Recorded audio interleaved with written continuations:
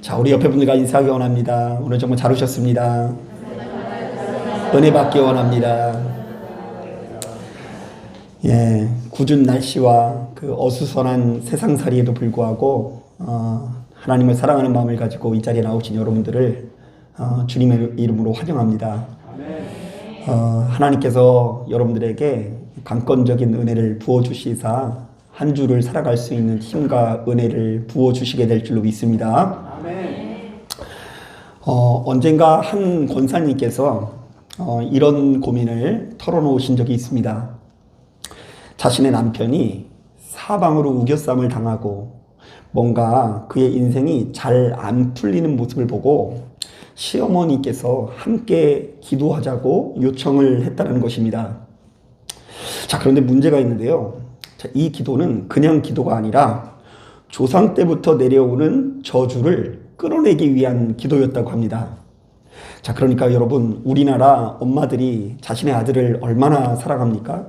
자, 여러분들의 아들이 잘 되기 위해서라면 무엇이든지 할 수 있을 것 같죠? 이게 좀 아멘들이 현찮으신데. 저희는 다 신식이어가지고 내 인생이 더 중요할 수 있는데요. 근데 보통 이제 엄마들이 아들을 막 지키려고 하지 않습니까? 그래서 아들이 이대로 조상의 죄에 짓눌리는 것을 용납할 수 없는 것입니다. 그래서 금식을 하면서 어찌나 열심히 기도를 하는지 며느리가 그 옆에서 그것을 지켜보고 어쩔 수 없이 동참을 하고 있으나 이것은 뭔가 아닌 것 같아서 자기는 열심히 다른 기도를 했다고 이렇게 얘기를 한 것을 들은 적이 있어요. 사실 바로 이런 상황은요, 우리들에게 얼마든지 찾아올 수 있는데요. 자, 우리는 여기서 근본적으로 정립할 문제가 있습니다. 자, 조상 때로부터 내려오는 죄와 저주는 우리에게 유전이 될 것 같습니까? 아니면 전혀 상관없을 것 같습니까? 네, 대답할 필요는 없어요. 안타깝게도 오늘날까지도 무수히 많은 성도님들이 우리의 기륭화복의 문제를 내 자신에게서 찾기보다 조상 때로부터 내려오는 죄와 저주의 문제와 연결시켜서 생각하는 경우가 참으로 많이 있습니다. 심지어 이것에 대한 문제가 굉장히 심각하신 분들은요, 교회를 다니면서도 묘자리 이런 거 얼마나 신경 쓰는지 모릅니다. 좌청룡, 우백호. 어떻게 하셨어요? 좌청룡, 우백호, 남주작, 북현무 이렇게 해가지고 따지고는 하는데요. 자, 오늘 이 시간 그것에 대해서 한번 좀 나눠보려고 하는데요. 좀 신학적으로 볼 때 이것은 가계 저주론이라고 해서, 자, 조상 때의 저지른 죄와 저주가 후손들에게도 이어져서 지속적으로 그들의 인생을 괴롭힌다는 이론입니다. 자, 그런데 제가 바로 이런 종류의 주장이 담긴 책들을 몇 권 읽어보았더니 공통적으로 이들은 출애굽기 20장 5절부터 6절에 나와 있는 말씀을 굉장히 중요한 말씀으로 손꼽고 있습니다. 자, 제가 한번 읽어볼게요. 나 내 하나님 여호와는 질투하는 하나님인즉 나를 미워하는 자의 죄를 갚되 아버지로부터 아들에게로 3, 4대까지 이르게 하거니와 나를 사랑하고 내 계명을 지키는 자에게는 1000대까지 은혜를 베푸느니라. 자, 말씀을 보니까 하나님을 미워하는 자의 죄가 3, 4대까지 이어진다는 구절이 있죠. 자, 그래서 이를 바탕으로 우리에게 큰 불행이 연거푸 찾아오면, 자, 이 모든 불행은 사실은 조상 때로부터 내려온 죄와 저주 때문이라고 주장한다는 것입니다. 자, 그러나 적어도 출애굽기 20장 5절부터 6절 말씀은 조상의 저주를 설명하는 말씀이 아닙니다. 자, 그 이유는 아주 간단한데요. 한번 따라해 볼까요? 불순종하면 3, 4대까지 죄가 미치지만 순종하는 자는 1000대까지 은혜를 받는다. 자, 그러면요, 여러분, 이것은요, 불순종이 초점이에요? 순종이 초점이에요? 자, 이것은요, 우리를 향한 하나님의 사랑이 광대하시기 때문에 어떤 경우에도 나를 향한 하나님의 사랑이 끊어지지 않는다라는 말씀으로 해석해야 돼요. 불순종하면 3, 4대요. 순종하면 몇 대라고요? 1000대. 근데 이것은 어떻게 앞에 있는 3, 4대 이것만 가지고 그냥 조상의 죄가 이렇게 막 이어진다 이렇게 해석할 수 있습니까? 자, 게다가 에스겔서 18장을 보면 바로 이 문제에 대해서 조금 더 구체적으로 우리에게 소개하고 있는데요. 자, 이런 말씀이 있어요. 범죄하는 그 영혼은 죽을지라 아들은 아버지의 죄악을 담당하지 아니할 것이요 아버지는 아들의 죄악을 담당하지 아니하리니 의인의 공의도 자기에게로 돌아가고 악인의 악도 자기에게로 돌아가리라. 또한 예레미야 31장에도 이런 말씀이 있습니다.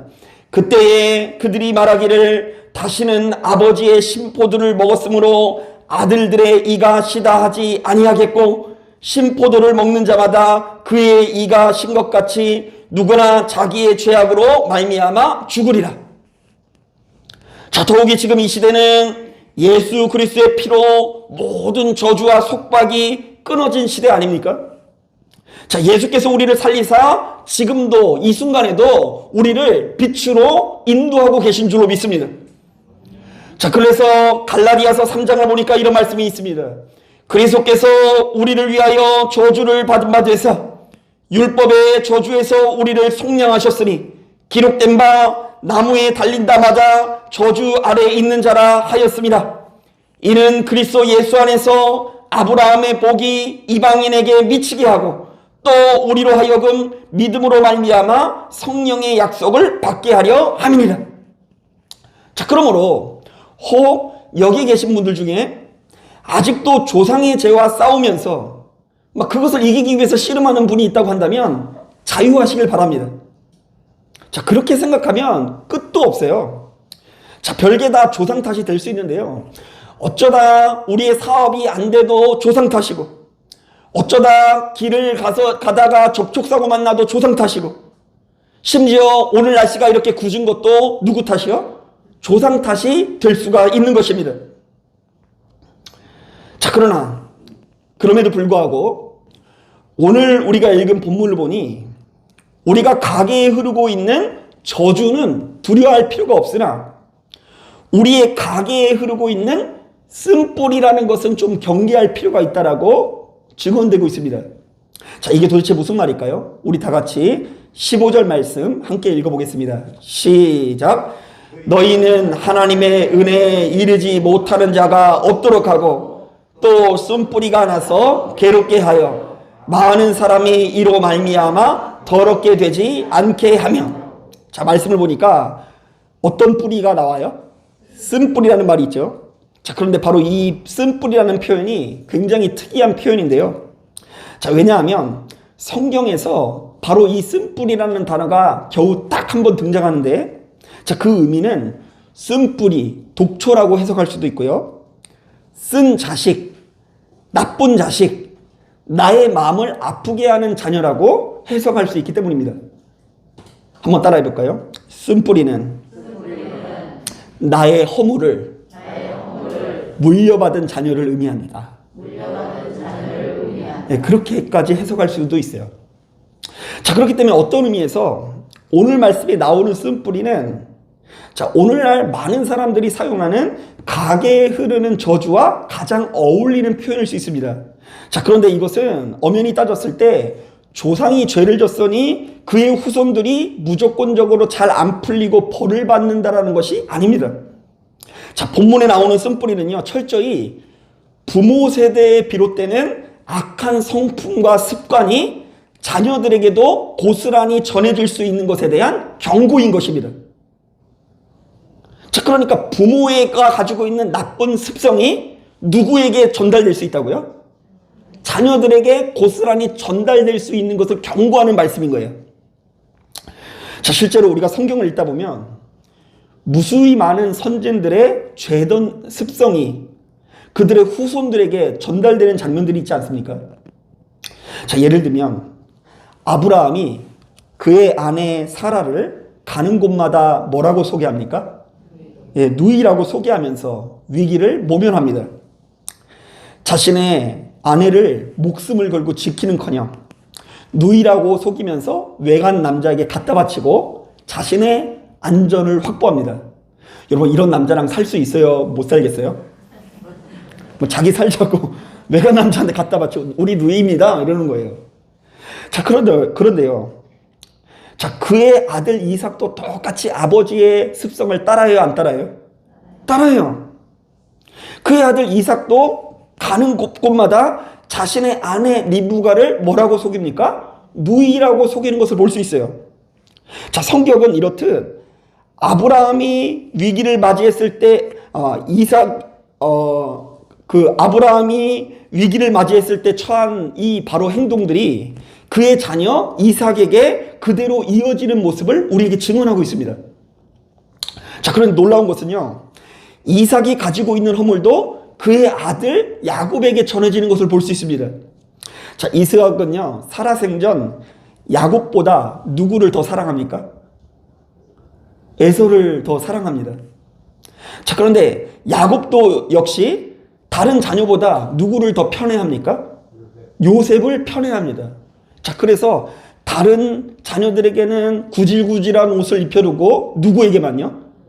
요셉에게만 색동 옷을 입히고 편애해서 집안에 엄청난 불화가 찾아오는 것을 볼 수 있습니다. 자, 그러니까 이번에는요, 이삭이 자신의 가족들을 아끼고 사랑하는 방식이 그의 아들 야곱에게 전해진 것입니다. 자, 그런데 이것이 성경뿐이겠습니까? 자, 실제로 우리들의 인생이 그런 경우가 많은데요. 우리 부모님의 허물이 나에게 이상하게 전해지는 것을 쉽게 목격할 수 있습니다.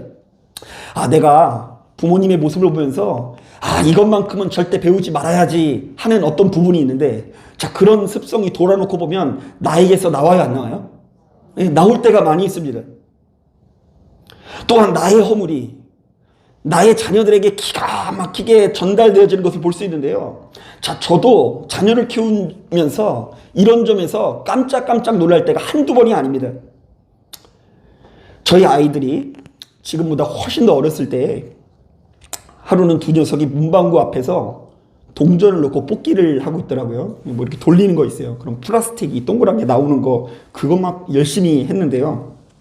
자, 그런데 하루는 수빈이가 뽑은 이 물건이 태성이 눈에 좋게 보였는지 수빈이가 뽑은 것을 자신에게 달라고 바꾸자고 요구를 합니다. 자, 그런데 애들 심리가 아주 이게 신기한 게요.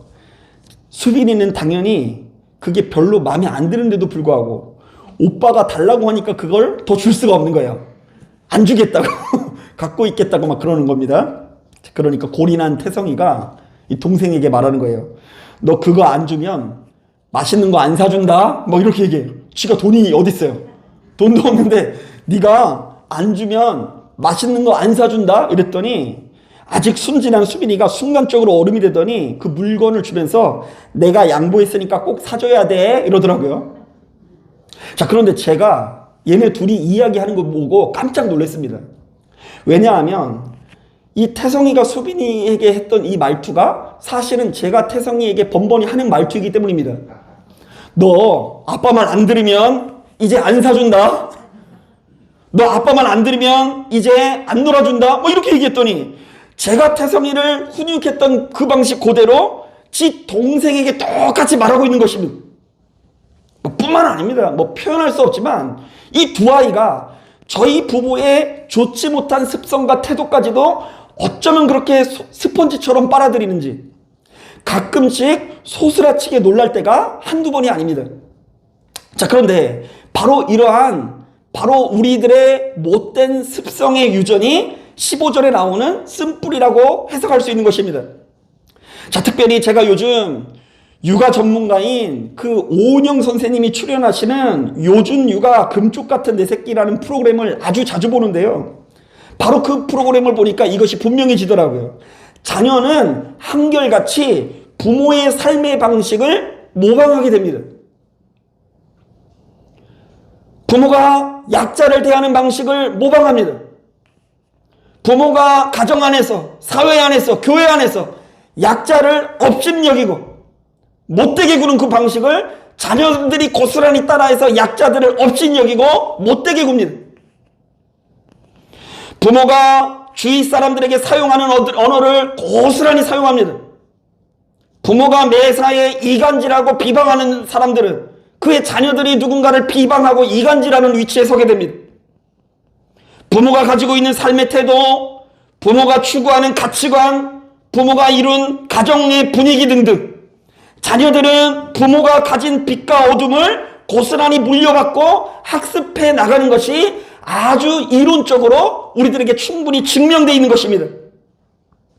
자, 그러므로 우리는 죄된 행동은 죄된 행동으로 이어지고 악한 습성은 악한 습성으로 이어질 수 있다는 것을 가슴에 새기면서 내게 있는 쓴뿌리가 또 다른 누군가에게 전해지지 않도록, 내게 있는 쓴뿌리가 또 다른 누군가를 아프지 하지 않도록 그것을 벗어버리기 위해서 끝없이 노력해야 된다는 것입니다. 그러니까 우리가 이런 얘기를 할 필요가 없어요. 아이고, 이 녀석아, 너는 누구 닮아서 이 모양 이 꼴이니? 누구 닮았을까요?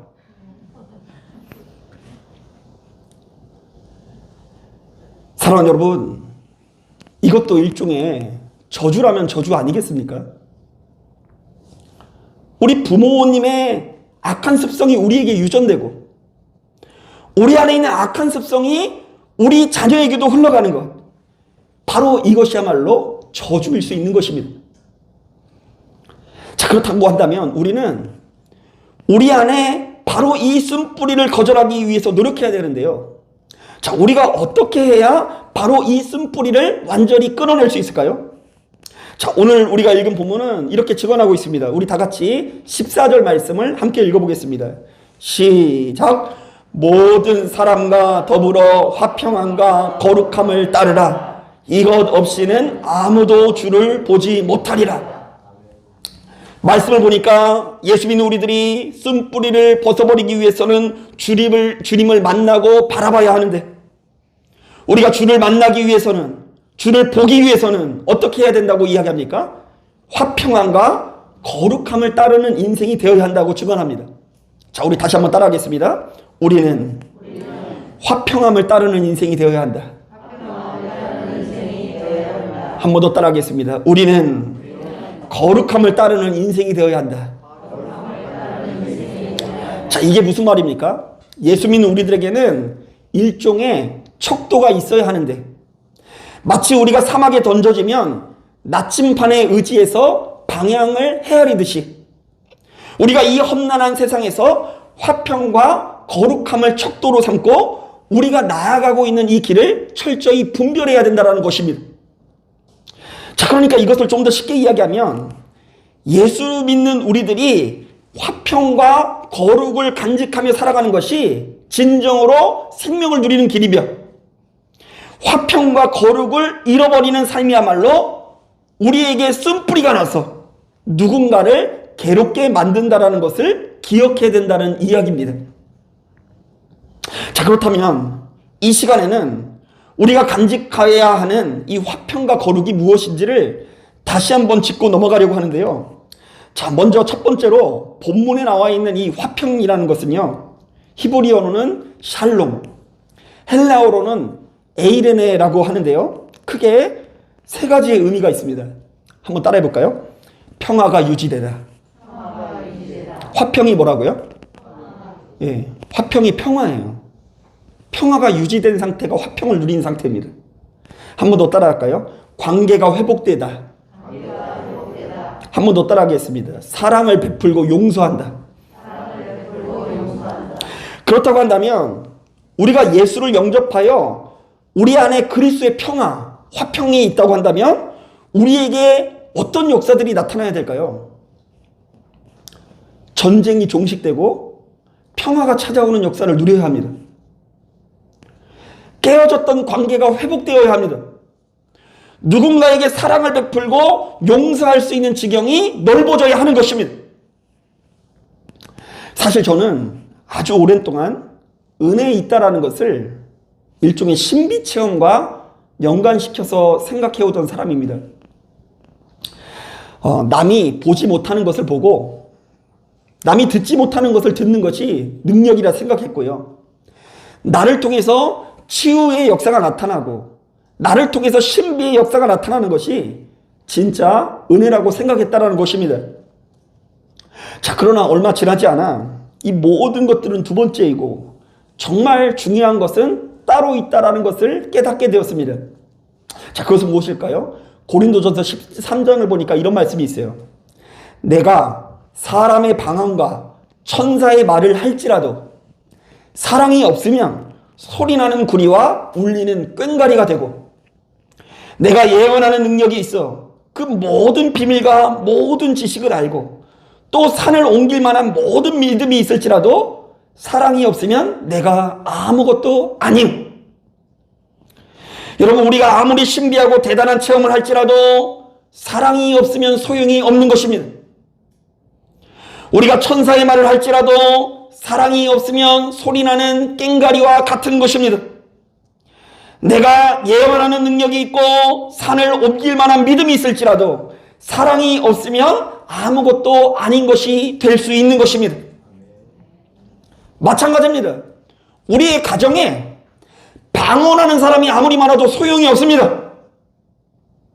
기도를 아무리 많이 해도, 예언하는 능력이 있다고 할지라도 사랑이 없으면 우리 가정은 아무것도 아니며 금세 깨어질 것 같은 가정이 될 수밖에 없다라고 증언하는 것입니다. 오로지 하나님께서 베풀어 주신 그 사랑에 힘입어서 오래 참는 사람, 무례하게 행동하지 않는 사람, 자기 유익을 구하지 아니하는 사람이 늘어나는 것이 진짜 생명이고 진짜 은혜인 것입니다. 실제로 우리 가정과 심령 깊은 곳에 자리 잡고 있는 쓴뿌리의 면면을 보면 언제나 불화가 동반되는 것을 볼 수 있습니다. 기도가 부족해서 쓴뿌리가 나는 것이 아니라 불화가 가득해서 불화를 해결하지 못해서 우리 안에 쓴뿌리가 돋아나는 것입니다. 그리고 바로 이 불화야말로 사람의 영혼을 크게 병들게 하는 것입니다. 그러므로 우리는 그 무엇보다 예수의 이름으로 주변에 있는 누군가와 화평을 누릴 수 있는 능력을 키워야 합니다. 우리가 화평을 누리지 못하면 우리 안에 있는 도사리고 있는 이 쓴뿌리를 조금도 이길 수 없는 것입니다. 그러므로 예수 믿기 전에는 한 사람의 친구도 사귈 수 없는 우리들이 누군가와 사귀고 나누며 누군가와 마음을 이렇게 터놓고 대화할 수 있는 이 관계의 문이 열리는 것들을 바로 이 교회 생활을 통해서 경험해야 합니다. 우리가 화평할 때 우리 안에 있는 고통은 떠나고 우리가 누릴 수 있는 이 화평의 크기가 우리가 누리는 천국의 크기임을 깨닫고 시간이 지나면 지날수록 화평할 수 있는 저와 여러분 되기를 주님의 이름으로 축복합니다. 아멘. 그런가 하면 두 번째로 본문에 나와 있는 이 거룩이라는 것은 구별되다, 깨끗하게 되다라는 뜻인데요. 자, 본래 세 가지의 의미가 있습니다. 먼저 첫 번째로는요, 다른 신을 섬기지 않고 하나님께 속한 상태를 거룩하다라고 이야기합니다. 자, 그리고 두 번째로는요, 바로 그 우상 숭배자들의 속되고 더러운 행실과 구별되어지는 상태, 바로 이것이 거룩입니다. 제가 몇 번 설명을 드린 적이 있는데요. 이 고대 사회에서 우상 숭배는요, 항상 음란한 문화를 동반하는 경우가 많았습니다. 바울, 아세라, 몰록. 여러분 성경 읽다가 이런 종류의 신에 대해서 들어보신 적 있죠? 자, 그런데 이 우상의 종교 자체가 문란한데요. 그들이 이 신을 섬기고 있는 신전을 지어놓고 거기에 무수히 많은 남자 사제와 여자 사제를 이렇게 들여다 놓는 것입니다. 그리고 이들과의 어떤 성적인 접촉을 통해서 자신들이 깨끗해지고 복을 받는다고 생각을 했습니다. 그리고 제가 공부를 하다 깜짝 놀란 것은 이 바알을 섬기는 사람들이요, 이 축제일이 있는데요, 이럴 때는요 모든 남녀가, 도시에 있는 모든 남녀가 아주 빨개 벗고 나가가지고 단체로 성적인 파티를 즐깁니다. 자, 그들이 그것을 가지고 유이고 그들이 가지고 있는 어떤 즐거움이고 그들이 가지고 있는 일종의 거룩이라고 생각했으나, 자, 하나님을 믿는 우리들이 볼 때는 그것은 깨끗한 거예요? 더러운 거예요? 더러운 거예요. 자, 그래서 그들과 똑같이 살지 않을 것을 성경은 거듭해서 우리에게 요구하고 있고, 우상을 숭배하는 것은 항상 음란하고 더러운 것으로 여기고 있는 것입니다. 또한 우상을 섬기는 사람들은요, 항상 물질에 치우치는 삶을 살 수밖에 없습니다. 그들이 섬기고 있는 이 신을 모신 신전을 크고 화려하게 짓는 것이 가장 그들이 보았을 때 아름다운 일이었습니다. 자, 자신이 믿고 있는 신의 힘이 크면 클수록 그 신을 모시고 있는 신전이 커야 돼요? 작아야 돼요? 커야 돼요. 자, 그런데 여러분 아시다시피요, 광야에 머물고 있는 이스라엘 백성들은요, 하나님을 모신 이 장소를요 크게 지을 수 있어요? 없어요? 없어요. 천막 비슷한 거 지어놓고요, 하나님께서 거기 거하신다고 하면서 그것을 성막이라고 불러요. 여러분, 이 성막이라는 말 딱 들으면 되게 멋있게 들리죠? 자, 그런데 그게 뭐라고요? 천막. 오늘날로 따지면 뭐예요? 텐트 비슷한 종류예요. 여러분, 이스라엘 백성들 입장에서 애굽에 있는 그 어마무시한 그 신전들을 보다가 이 천막에 아주 초라하게 모셔져 있는 하나님 볼 때 얼마나 스스로가 초라하게 느껴졌겠습니까? 자, 그런데 모세는 번번이 이야기합니다.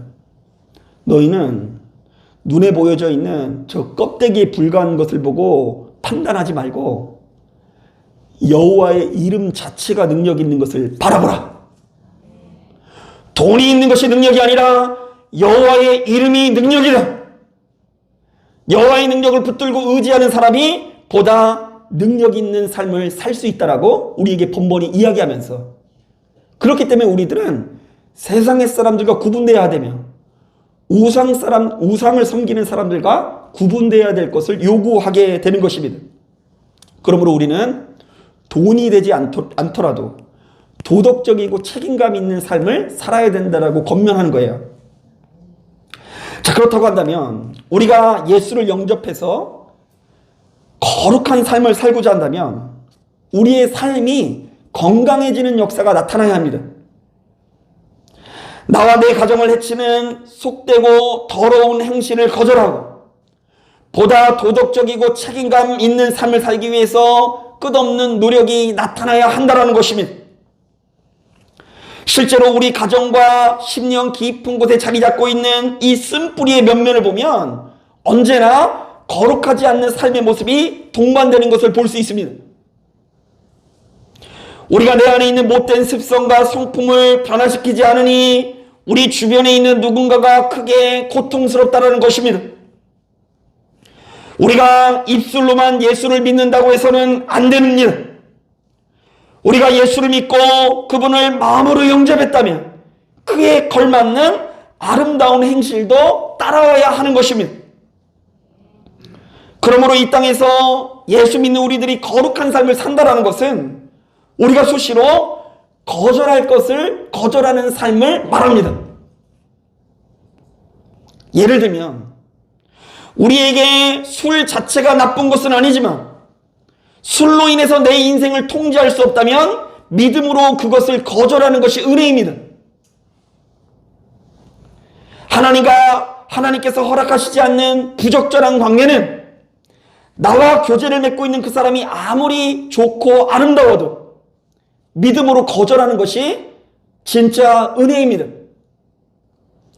내가 지나치게 사람의 모임을 의지하고 그 모임으로 인해서 내 마음을 채우느라 내 인생에 더 중요한 것을 놓치고 있다고 한다면 믿음으로 거절하는 사람이 진정으로 생명을 누릴 수 있는 것입니다. 예수 믿는 우리들이 거룩한 삶을 살지 않고서는 우리 안에 있는 쓴뿌리를 이겨낼 수 있는 방법이 없습니다. 우리가 수시로 기도하는 삶을 살아야 합니다. 말씀을 의지해야 합니다. 예배의 처소에 나아가야 합니다. 그리고 우리 안에 거하시는 성령님께 수시로 도우심을 요청해야 합니다. 어떻게 해요? 한번 따라해 볼까요? 주여, 나의 믿음 없는 것을 도와주시옵소서. 바로 이렇듯 스스로 거룩한 삶을 살고자 하고 주님 안에서 거룩할 것을 거절하기 위해서 끝없이 시도할 때 비로소 내 안에 있는 악한 습성들을 물리치고 주께서 허락하시는 은혜의 단비를 맛보게 된다는 것을 기억하시길 바랍니다. 자, 말씀을 정리합니다.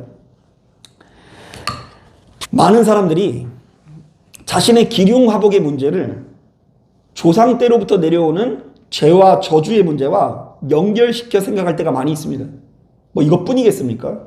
뭐 미신, 풍수지리, 뭐 길한 날과 흉한 날.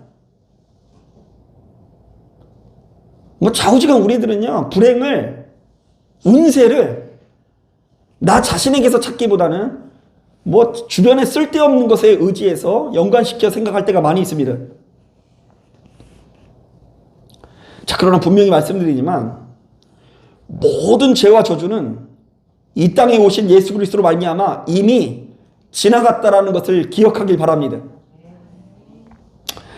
하지만 그럼에도 불구하고 우리가 기억해야 되는 것은 예수 그리스도의 피로 조상 때로부터 내려오는 죄와 저주는 완전히 끊어졌지만 우리가 가지고 있는 악한 습관과 태도, 즉 쓴뿌리들은 얼마든지 전해질 수 있다는 것입니다.